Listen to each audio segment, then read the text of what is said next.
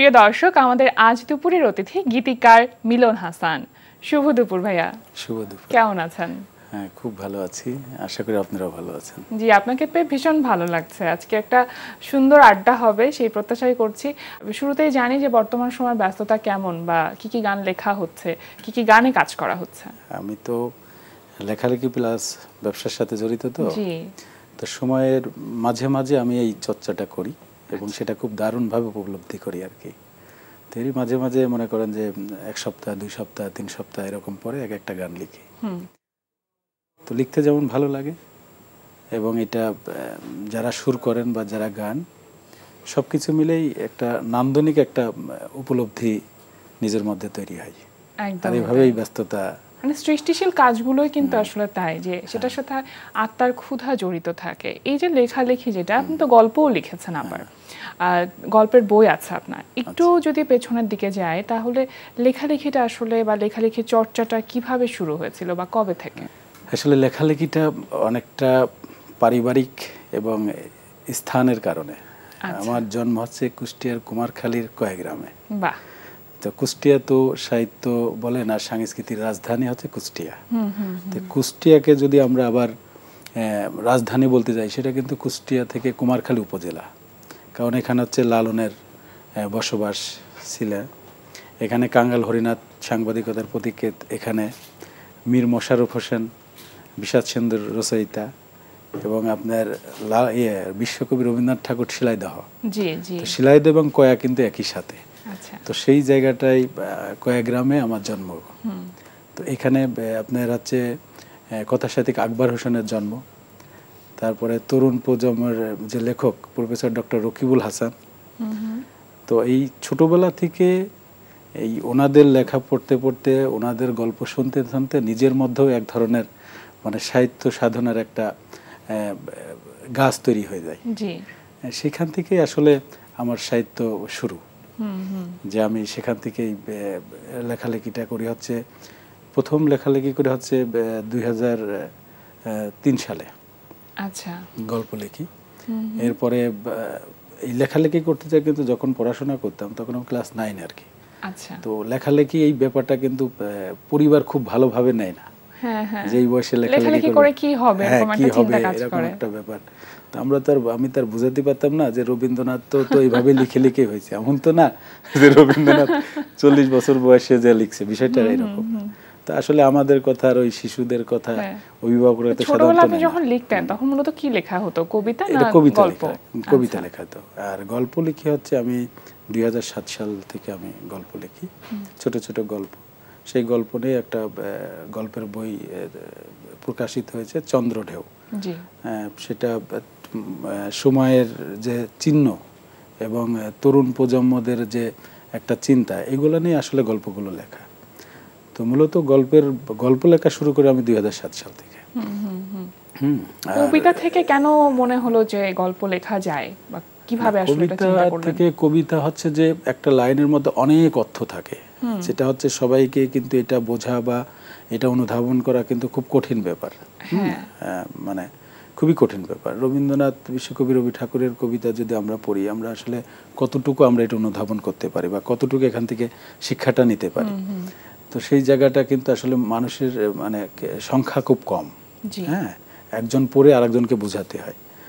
তো সেই জায়গা থেকে ওই গল্পগুলো আসলে কবিতা থেকে একটু বেশি বড় আর কি, যে ছোট ছোট আকারে গল্প, যেগুলো পড়ে যাতে সহজে বুঝতে পারে, যাতে একটা পথের একটা পরিবর্তন এটা যাতে এটার মধ্যে ফুটে ওঠে।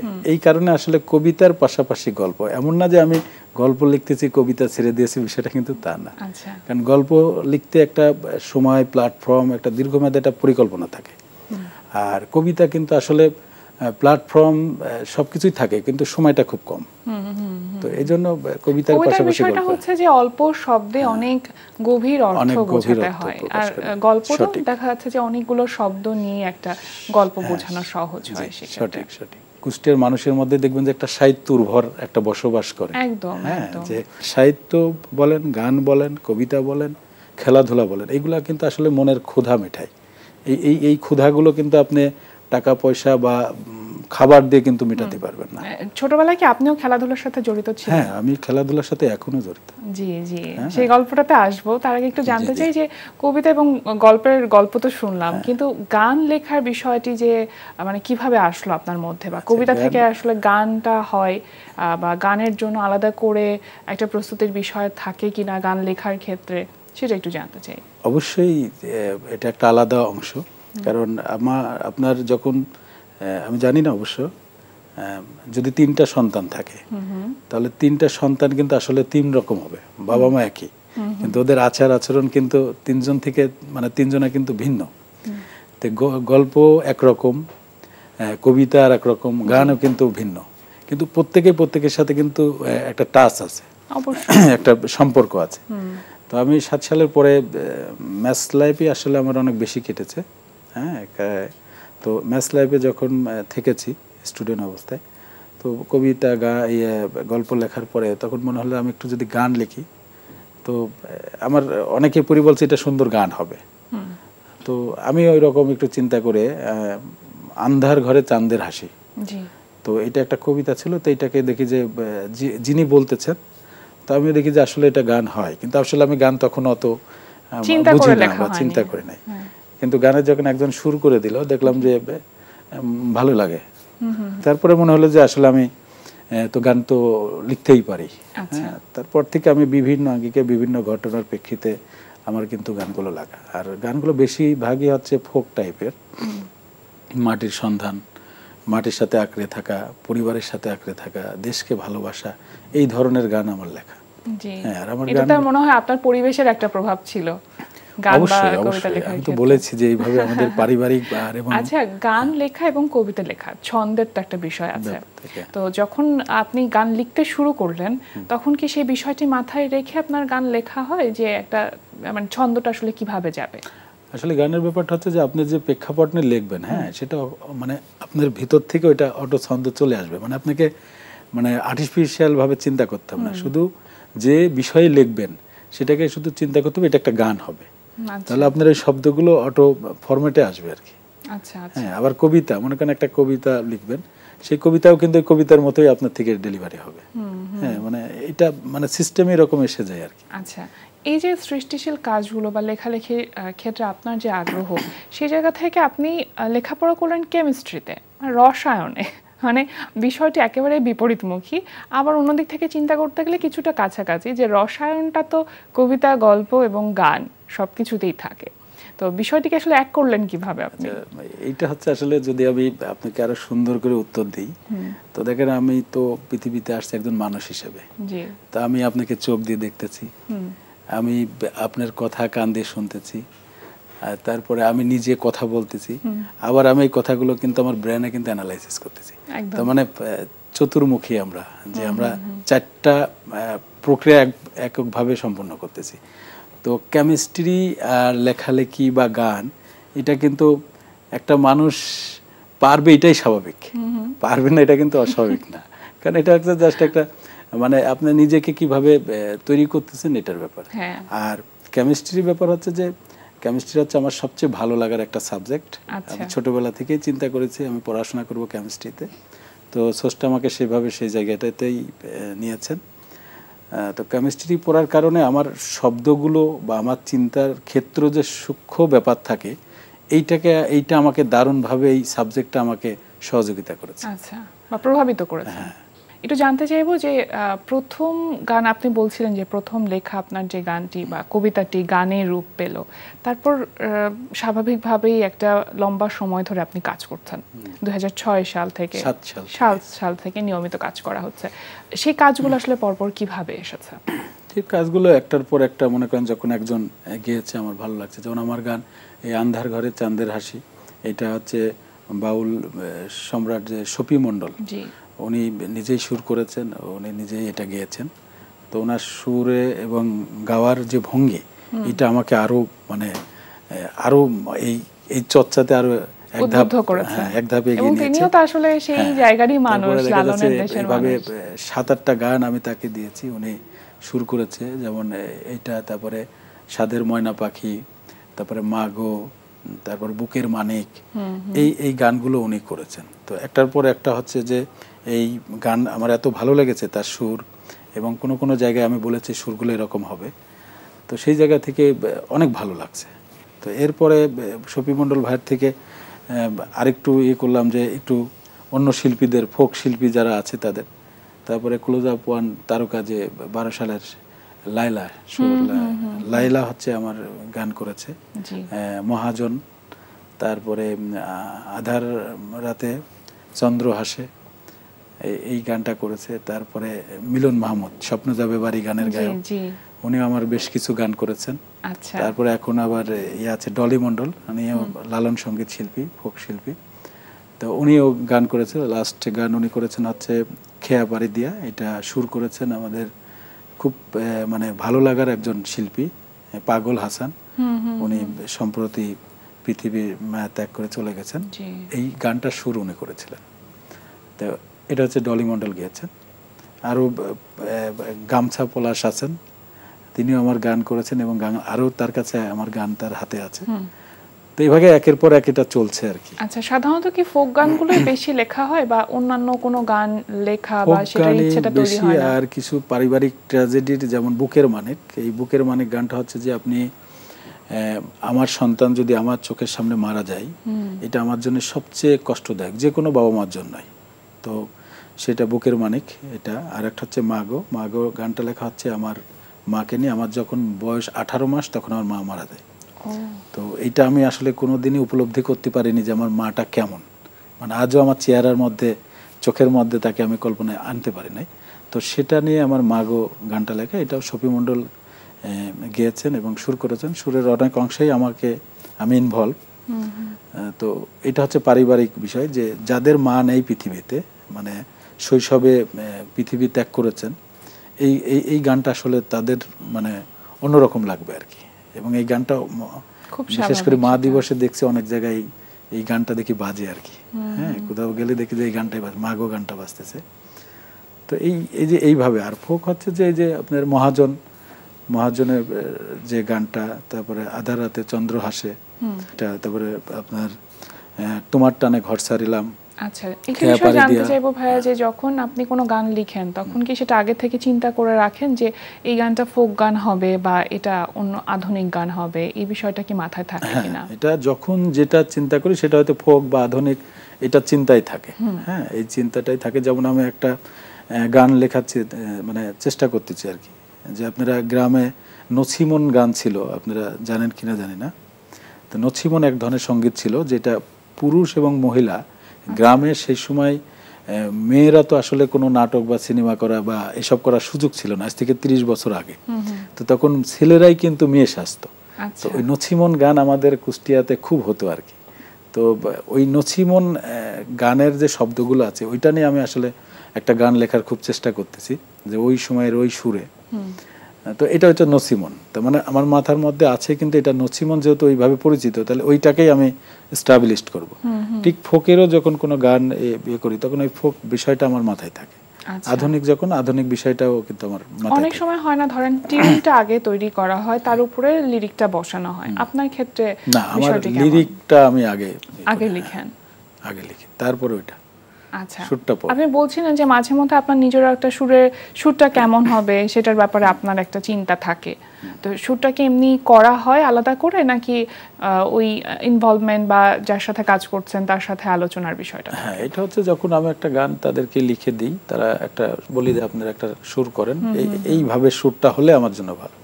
তো দেখা যাচ্ছে তারা তাদের মতো করেছে, আমি যেটা বলেছি সেখানে কিছুটা ইনভলভ আছে। তখন আমি বলি যে না, এটা এইভাবে টান দেন, আপনি সুরটা এইভাবে তোলেন তো দেখি। তখন এটাই করি। যেমন এই যে গত রোজারিতে মওলা গান মিলন মাহমুদ গিয়েছে, স্বপ্ন যায় বাড়ি গানের গায়ক। তো উনি যে গাইছে মওলা, এই টানটা ছিল না। তা আমি বললাম যে আমার গানের যে আমি যে স্পেশাল ভাবে যেটা মানুষের হৃদয়কে স্পর্শ করতে চাচ্ছে, সেটা হচ্ছে মওলা, এই টানটা এইভাবে হবে। তখন উনি পরে ওইটা করে, তখন উনি যোগ করে বলছে যে আসলে একজন সৃষ্টিশীল মানুষ যে সবসময় যে মানে ভালো একটা উপদেশ দিতে পারে বা সেট করতে পারে, এটা তার প্রমাণ। হ্যাঁ, তো এইভাবে আর কি ইনভলভ থাকি। আর কোনো গানে হয়তো আমি ইনভলভ থাকি না। ঠিক আছে, ফাইন। আচ্ছা, এখন নতুন কোনো কাজ করা হচ্ছে যেটা সামনে ঈদে আসবে? এটা হচ্ছে নছিমনের ওই গানটা নিয়ে আমি বলছিলেন যেটা, ওইটা নিয়ে চেষ্টা করতেছি। এটা এখনো 1 সপ্তাহ লাগবে এটার শব্দ চয়ন ওই সময়ের মানে সমাপ্ত করতে, তারপরে আমি সুরে যাব। আচ্ছা, কবিতার কথা শুনছিলাম যেটা দিয়ে আপনার লেখালেখি চর্চাটা শুরু।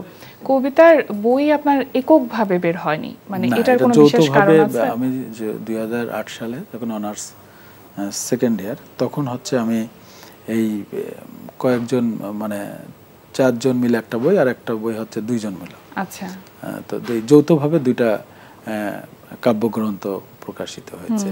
মানে এককভাবে কোনো কাব্যগ্রন্থ প্রকাশ করার ইচ্ছা নেই? এককভাবে আসলে ওই সময় তো এরকম চিন্তা করি নাই। দেখা যাচ্ছে আমার 30টা কবিতা, একজন আর 10টা, তো এই 10টা দিয়ে আমার সাথে এটা সেট হয়ে গেছে। কিন্তু আমি যদি চাইতাম যে একা একাই করা যায়, আসলে এটা কখনো এরকম চিন্তা করি নাই। এই যে আপনি লেখালেখি চর্চার সাথে আছেন, পাশাপাশি আবার নিজে তো আপনি একজন উদ্যোক্তা, নিজের ব্যবসা আছে, সুতরাং সেই জায়গাটা মেনটেন করতে কি একটু কষ্ট হয়ে যায়? না, এটা মেনটেন করতে আসলে কোনো কষ্ট নেই। এটা হচ্ছে আপনাকে আপনার লাইফ স্টাইলটাকে প্রত্যেকটা কাজের সাথে একটা টাইম ফ্রেম সেট করে নিতে হবে। টাইম ম্যানেজমেন্ট আমি কিভাবে করছি? যেমন আমি অফিসে 9টা থেকে 6টা, এরপরে কিন্তু আমি অফিস করি না, এবং আমার কোনো মানে আমার সাথে যারা যুক্ত কেউই কিন্তু অফিসে থাকার কোনো নিয়ম নাই। তার মানে এই টাইমটার পরে হচ্ছে ফ্যামিলিকে সময় দেওয়া, অথবা তুমি কোনো খেলাধুলা করলে সেই খেলাধুলা করো, এইভাবে সেট আপ করা। আচ্ছা, লেখালেখিটা কি রাতে করা হয় বেশি সাধারণত? লেখালেখিটা আসলে করা হয় দুপুর টাইমে, বা আমি দেখা যাচ্ছে এখন যে লেখা গানগুলো লেখি বেশিরভাগই আছে ঢাকা শহর, যেহেতু জ্যামের শহর, খুব নান্দনিক একটা ব্যাপার, তো জ্যামের মধ্যে বসেই দেখা যাচ্ছে মোবাইলে লিখতে থাকি। এইভাবে লেখাগুলো হয় গানগুলো। এখনকার বেশিরভাগ গানগুলো কিন্তু এরকম লেখা। আচ্ছা, মানে সময়টাকে কাজে লাগানো, বিষয়টা কারণ এটা কাজে না লাগালে তো এই সময়গুলো মিসইউজ হয়ে যাবে। এইভাবে আর কি কাজে। আচ্ছা, স্বপ্নভূমি ফুটবল একাডেমি এই নামে আপনার একটা সংগঠন আছে, এবং সেটা কুষ্টিয়াতে। মানে এটা শুরুটা আসলে মূলত কেন করেছিলেন? আচ্ছা, এটা হচ্ছে যে আমার মানে আমি ফুটবলার হতে চেয়েছিলাম। আচ্ছা, তো এইটা পারিবারিক চাপে লেখাপড়ার কারণে, যেহেতু আমরা 10 ভাই বোন, তো আমি সবার ছোট। ও আচ্ছা। তো সবাই চেয়েছে যে মা যেহেতু মারা গেছে, ও পড়ালেখা করে বড় হোক। আচ্ছা, তো এই খেলাধুলা সব ভাই বোনই করতো, তো তাদের দেখে আমিও খেলাধুলার প্রতি খুব আকৃষ্ট ছিলাম, এবং আমি খেলাধুলা বলতে ফুটবল খেলা এটাকে মানে এত ভালোবাসতাম, মানে এটা খেলার জন্য আমি অস্থির থাকতাম। কিন্তু আসলে ওই ছুটির গল্পের মতো, আসলে আমার রবি ঠাকুরের ছুটির গল্পের মতো হয়ে গেছে আর কি, খেলাধুলা হয় না। তো আমার জীবনে একটাই দুঃখ, যে আমি ভালো ফুটবলার হতে পারিনি। আচ্ছা, তো তখন আমি এইগুলা চিন্তা করেছি যে আমি যদি অর্থনৈতিকভাবে স্রষ্টা যদি আমাকে একটা জায়গায় নিয়ে যাই, তাহলে আমি একটা ফুটবল একাডেমি করব, এবং আমি যে খেলোয়াড় হতে পারি নাই, এখান থেকে সেই আমার চিন্তা চেতনায়, আমার আক্ষেপ থেকে আমি ওখান থেকে ভালো মানের ফুটবলার খেলোয়াড় তৈরি করব। তো ইতিমধ্যে আমার স্বপ্নভূমি ফুটবল একাডেমি থেকে কিন্তু অলরেডি বিকেএসপিতে গত 5 দিন আগে কিন্তু চান্স পেয়েছে একজন। সারা বাংলাদেশ থেকে 120 জন, তার মধ্যে কুষ্টিয়ার কুমারখালী কয়েকগ্রাম থেকে কিন্তু একজন পেয়েছে এই স্বপ্নভূমি ফুটবল একাডেমি থেকে। স্বপ্নভূমি ফুটবল একাডেমির কত বয়স হলো বা কত বছর? এটা প্রায় 1 বছর আনুষ্ঠানিকভাবে আমরা শুরু করেছি, আর এটার পিছনে 3 বছর আমরা কাজ করেছি। মানে আমি কাজ করেছি, মানে একটা জায়গায় তো হুট করে কোনো কিছু হয় না। আমি নিজে যে খেলতেছি, আমি নিজে লোকজন নিয়ে করতেছি, তারপর আসতেছে একটা আস্থা অর্জন হচ্ছে, তারপর আস্তে আস্তে এরপর আমি 1 বছর আগে আমি আনুষ্ঠানিকভাবে শুরু করেছি। এখানে প্রায় 150 ছেলেপেলে আছে, শুধু আমার কয়েক গ্রাম না, আশেপাশের ইউনিয়ন থানা থেকে এখানে। এটা জানতে চাইছিলাম, যেখানে কি শুধুমাত্র কুষ্টিয়ার যারা ছেলে মেয়ে তারাই আসছে, নাকি সারা বাংলাদেশ থেকে? না, এখানে এখন আপাতত কুষ্টিয়া জেলার বিভিন্ন জায়গা থেকে খেলতে আসছে। তো এটার উদ্দেশ্য হচ্ছে যে একটা হচ্ছে ভালো মানের খেলোয়াড় তৈরি করা এবং ভালো মানের মানুষ তৈরি করা। আমার এই একাডেমিতে 6 জন স্টাফ নিয়োগ করা আছে। তারা 3 জন হচ্ছে কোর্সের দায়িত্ব পালন করে, আর 3 জন হচ্ছে এরা ঠিকমতো খেলাধুলা করে, ঠিকমতো বাসায় গিয়েছে কিনা, পড়তে বসছে কিনা, বাবা মার সাথে কোনো খারাপ ব্যবহার করছে কিনা, এইটা দেখাশোনার জন্য। তো এতে কি হচ্ছে, আমাদের নৈতিক শিক্ষার যে জায়গাটা সেটা তৈরি করে। বাবা মার সাথে খারাপ ব্যবহার করা যাবে না, ধূমপানের সাথে যুক্ত হওয়া যাবে না, বাজারে যে আড্ডা দেওয়া যাবে না। তো এখন আমার গ্রামের হচ্ছে বাচ্চারা বেশিরভাগই 10 থেকে 28-30 বছর সবই কিন্তু এখন ফুটবল খেলার মাঠে থাকে বিকেলবেলা।